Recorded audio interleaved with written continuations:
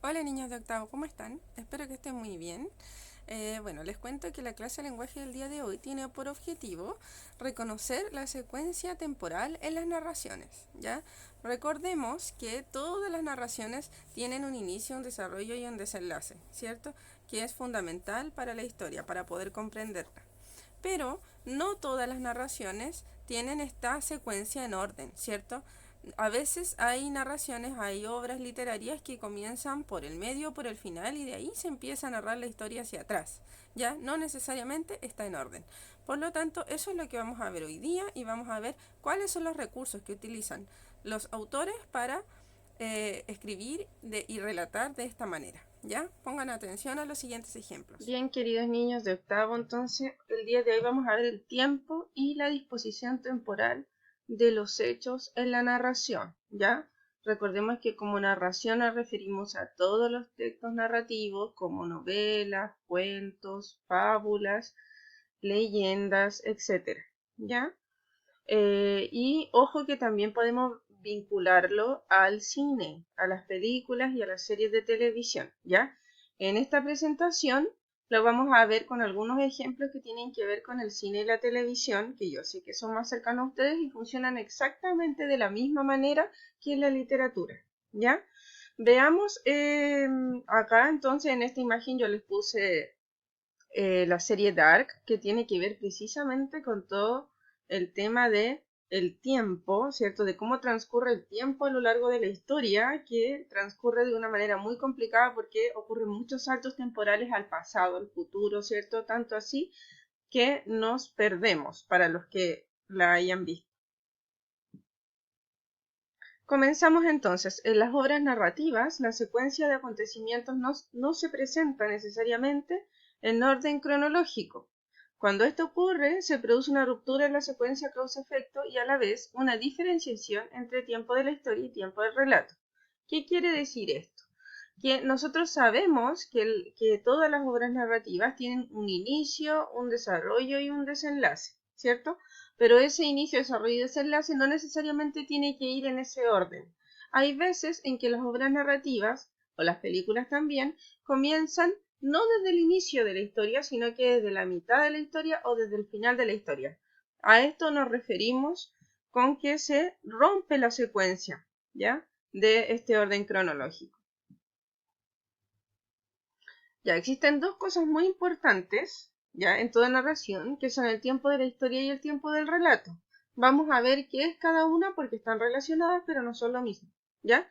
El tiempo de la historia corresponde a la sucesión lineal y secuencial de los acontecimientos en orden cronológico, o sea, de lo que sucedió primero hasta lo que sucedió al final de la historia.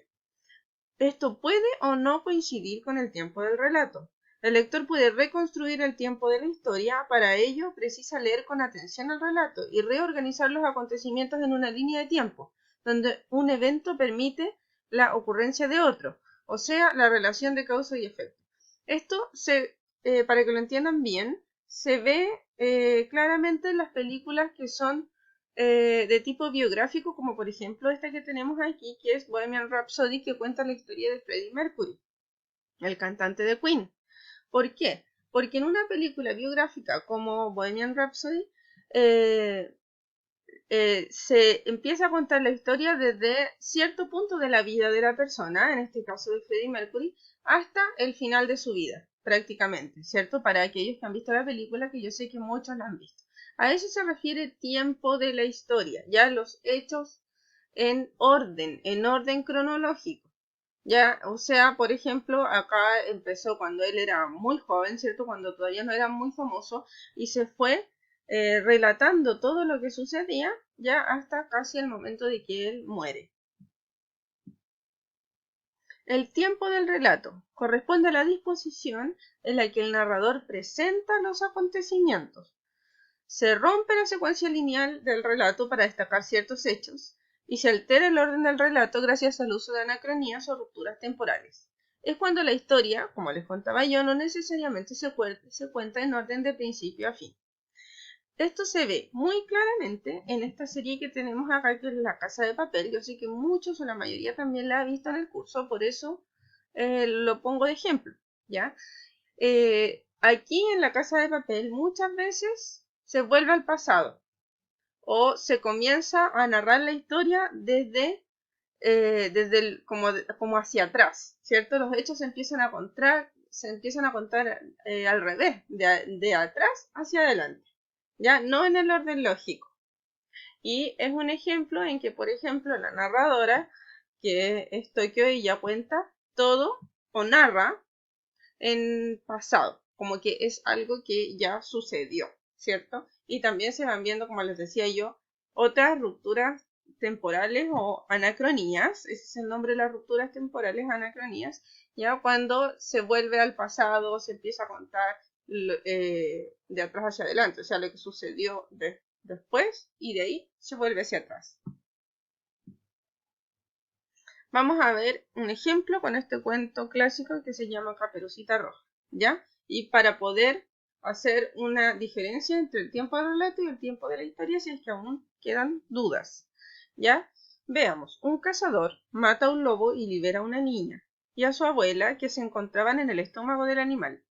Nada de esto hubiese pasado si Caperucita hubiese hecho caso a las advertencias de su madre. En la casa de la abuelita, el lobo disfrazado engañó a la niña y la engulló. Antes había llegado a la casa y devorado a la anciana.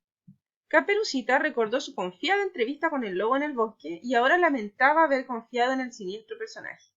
La niña prometió tener más cuidado en el futuro. ¿Ya? Entonces, si ustedes se fijan, en este relato no se empieza por orden cronológico, no se empieza con lo que sucedió primero, sino que se empieza más o menos de la mitad de la historia, cuando el cazador mata al lobo y libera a la niña y a la abuela, ¿cierto? Y de ahí se empieza a contar lo que sucedió antes, ¿ya? A diferencia del tiempo de la historia en el cual se relatan los hechos en orden. Primero fue la advertencia de la madre, después el encuentro de Caperucita con el lobo en el bosque. Siguiente, el lobo devora a la abuela. Después, encuentro del lobo disfrazado con Caperucita. A eso le sigue que el lobo devora a Caperucita. Después el cazador mata al lobo y libera a ambas, que es donde, ojo, aquí recién en el punto número 6, que es casi al final, es donde se empezó a contar nuestro relato. Y por último, la promesa de Caperucita, ¿ya? Que ahí sí coincide. Entonces, si ustedes se fijan, la narración no tiene por qué coincidir con el tiempo de la historia. Eso es algo que nosotros después lo vamos entendiendo y lo vamos armando en nuestra cabeza a medida que avanzamos en nuestras lecturas. Disposición del relato. El narrador comienza a relatar los hechos en un momento determinado. De acuerdo a ello, clasificamos el relato de la siguiente manera. Pueden ser tres: ab ovo, in media res, in extrema res. ¿Pero qué significa esto? Estos nombres tan extraños, ¿ya? Se refiere al momento en el que comienza la historia, que es lo mismo que vimos antes, solamente que cada uno de esos momentos tiene un nombre, ¿ya? Ab ovo es cuando las historias comienzan al inicio. Coincide el tiempo de la historia con el tiempo del relato. Ab ovo significa desde el huevo o desde el inicio, ¿ya? Desde que comenzaron a suceder los hechos que se relatan hasta el final y están ordenados cronológicamente. In media res es cuando comienza en el medio de la historia más o menos. Son estas historias que comienzan como de la mitad y de ahí se empieza a contar o entender lo que sucedió antes y de lo que va a suceder después. ¿Ya? Eso significa in media res.